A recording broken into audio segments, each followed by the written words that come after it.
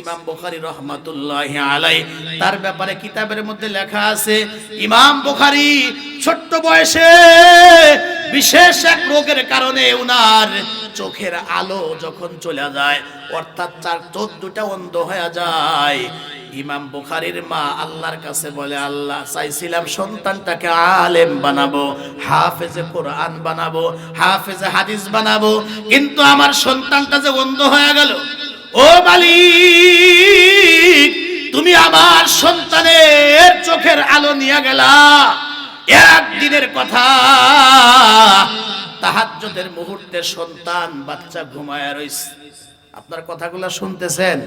বাচ্চা ঘুমায়া রইছে। ইমাম বুখারীর মা গভীর রাতে উঠিয়া ঠান্ডা পানি দিয়ে ওযু বানায়া 4 রাকাত তাহাজ্জুদ পড়িয়া গভীর রাতে জায়নামাজের মধ্যে বসিয়া আল্লাহর দরবারে হাত উঠায়া বলে, ও মালিক, চাইছিলাম আমার সন্তানটাকে জগৎ বিখ্যাত আলেম বানাবো, হাফেজে কোরআন বানাবো, হাফেজে হাদিস বানাবো, কিন্তু চোখের আলো নাই। তুমি যে আমার সন্তানের চোখের আলো নিয়ে নিলা। নবী বলছেন, মা বাবার দোয়া নাকি তুমি ডাইরেক্ট কবুল করো।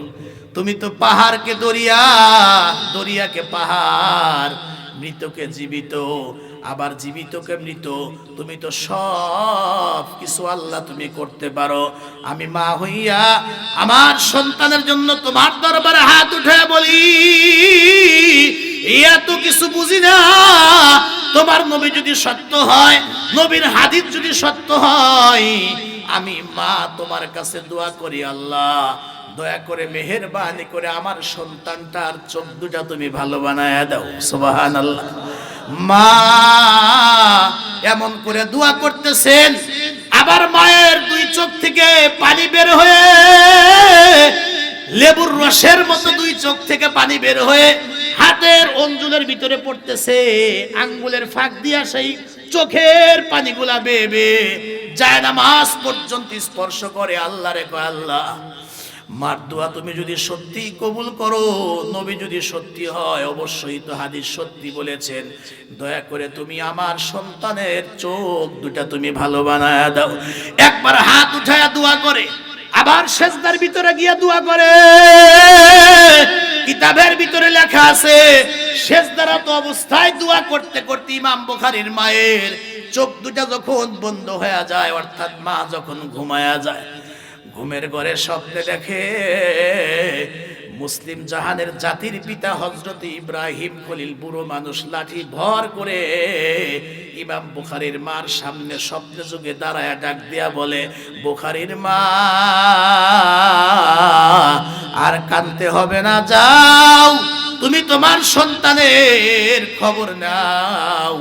তোমার চোখের পানির বরকতে মায়ের দোয়া কবুল করে আল্লাহ এই মুহূর্তে তোমার সন্তানের চোখ দুটা ভালো বানায়া দিয়েছে। ঘুম ভেঙে গেল, দৌড়ায়া পাশের রুমে যায়, সন্তানের মাথার উপরে হাত দিয়া যখন আস্তে করে ডাক দিয়েছে, বেটা।